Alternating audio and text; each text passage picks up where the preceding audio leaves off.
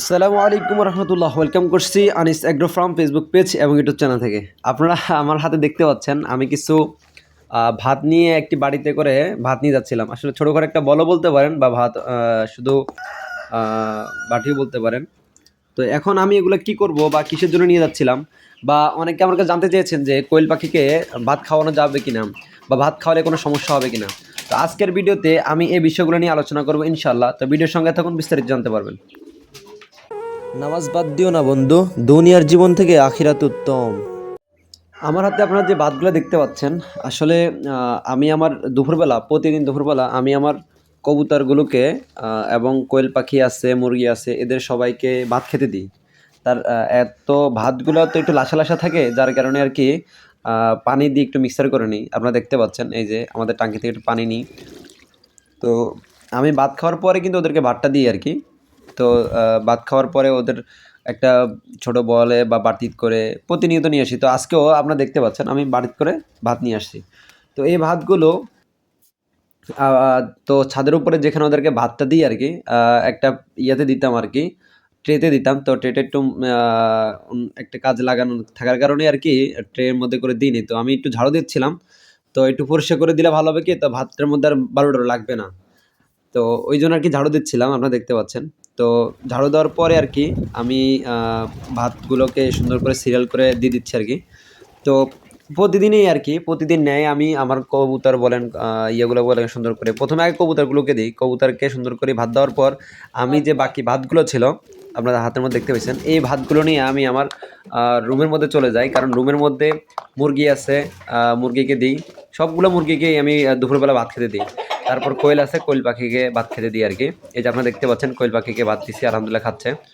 তো আলহামদুলিল্লাহ, ভাইয়া দেখছেন আলহামদুলিল্লাহ ডিমও পাড়তেছে আলহামদুলিল্লাহ। অনেকেই বলেন যে ভাই কোয়েল পাখিকে ভাত খাওয়ালে কি কোনো সমস্যা হবে কিনা বা কি আসে বিষয়। আসলে ভাই আগে জানতে হবে ভাত জিনিসটা কি। ভাত হলো একটা শর্করা জাতীয় খাবার। এতে এতে কিন্তু কোনো সমস্যা হয় না, বুঝছেন? সমস্যা হয় না আলহামদুলিল্লাহ। তো আলহামদুলিল্লাহ ধরেন আমি প্রতিদিন দুপুরবেলা এদেরকে ভাত খেতে দিই প্রতিদিন। আর এই কোয়েলগুলো আগে ছিল খাঁচার মধ্যে। ঠিক আছে? আপনাদেরকে দেখাবো ইনশাল্লাহ। আগে ছিল খাঁচার মধ্যে। আমার এখানে মোট ৫ টা কোয়েল আছে, তার মধ্যে ৪ টা মেয়ে আর ১ টা পুরুষ। তো আগে অনেকগুলো ছিল আলহামদুলিল্লাহ। তো বাসায় কিছু মেহমান আসার পর আমি এগুলোকে জবাই করে দিয়েছি। আর বাকি ৫ টা রাখছি। এই যে খাঁচাটা দেখতে পাচ্ছেন, আমি আগে এই খাঁচার মধ্যে নিচে রাখছিলাম। এটা ৪ স্কোয়ার ফিট একটা খাঁচা আরকি। তো এইখানে প্রায় ২০ থেকে ২২ টা কোয়েল ধরবে আরকি। তো আমি নিচে মানে ওগুলোকে লিটার পদ্ধতিতে পালছিলাম আরকি। তো লিটার পদ্ধতিতে পাললে কি সমস্যা হয় অন্য একটা ভিডিওতে নিয়ে আলোচনা করব ইনশাল্লাহ।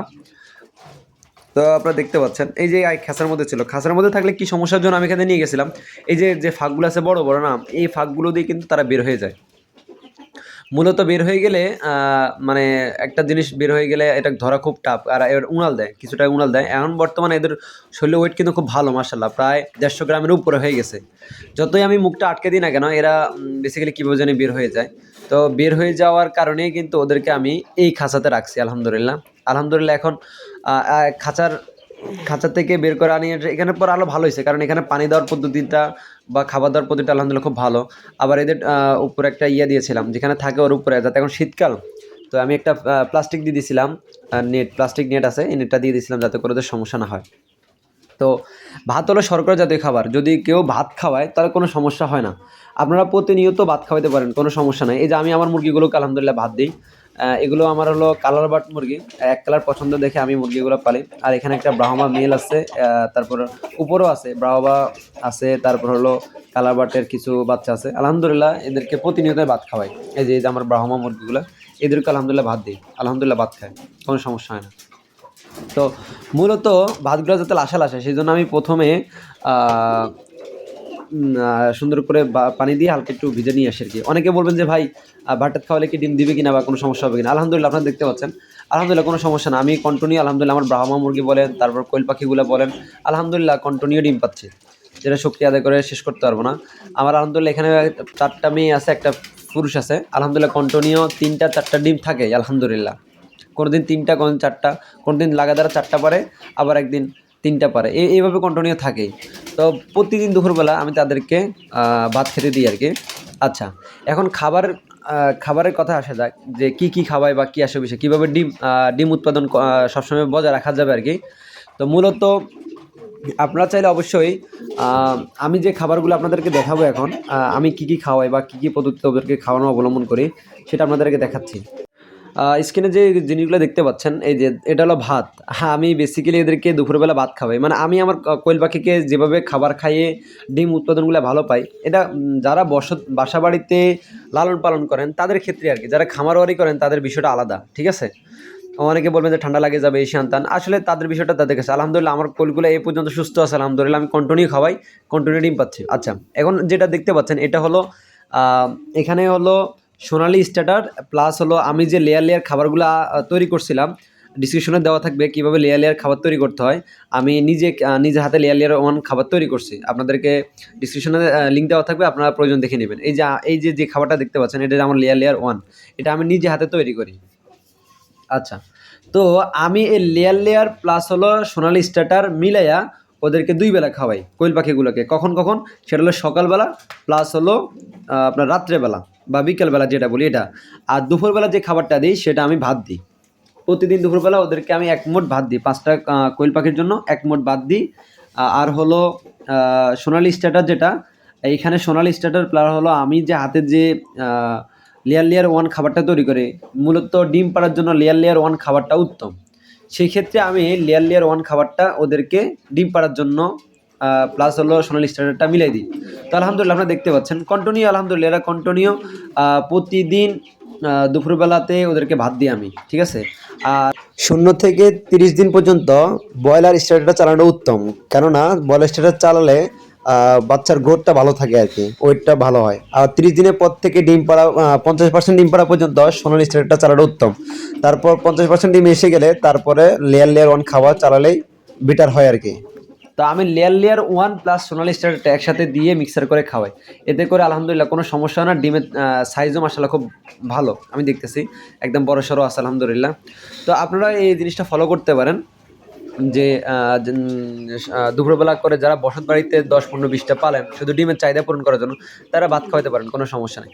যারা ফার্মিং করেন তাদের বিষয়টা আলাদা। কারণ তারা দেওয়া সম্ভব না। তারা বেসিক্যালি আপনার হলো সোনালী স্টার্টারটা বা আ আ লেয়ার 1 যেটা, এটা খাওয়াই ডিম উৎপাদন করে থাকে। তো যারা বসত বাড়িতে লালন পালন করেন তারা দুপুরবেলাকে ভাত দিতে পারেন। কারণ ভাত খেলে ভালো, খারাপ না। ঠিক আছে? এই আরকি। তো আমি এই জিনিসগুলো খাওয়াই তাদেরকে বড় করছি আলহামদুলিল্লাহ। এখন কন্টিনিউ ডিম পাচ্ছি। যেটা আপনাদেরকে দেখাইছি আলহামদুলিল্লাহ আপনারা দেখতে পাচ্ছেন। আলহামদুলিল্লাহ কন্টিনিউ ডিম পাচ্ছি। তো মূলত যদি কেউ ভাত খাওয়ায় আলহামদুলিল্লাহ কোনো সমস্যা হবে না। কারণ আমি এ পর্যন্ত কোনো সমস্যা পাইনি। তো আমি আমার অভিজ্ঞতা থেকে আপনাদেরকে পরামর্শ বা ভিডিও বানাতে ভিডিওগুলো এইজন্য বানাই যাতে করে আপনাদের কোনো উপকার হয় আরকি বা উপকারে আসে। বা আপনাদের কোনো উপকার আসলে আমার কাছে ভালো লাগে যে না আমার ভিডিও দেখে কেউ তাদের উপকার হয়েছে আরকি।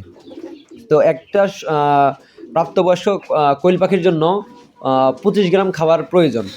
তো আমার এখানে আলহামদুলিল্লাহ আমি আ অ্যা ৫ টা কোয়েল পাখি আছে। তো ৫ টা কোয়েল পাখি থেকে আলহামদুলিল্লাহ কন্টিনিউ 3টা করে ডিম পাচ্ছে আলহামদুলিল্লাহ।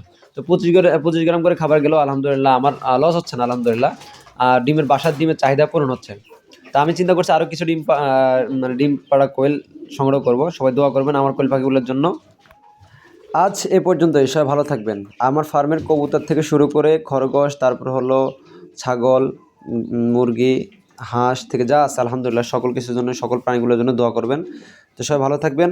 আসসালামু আলাইকুম ওয়া রাহমাতুল্লাহ।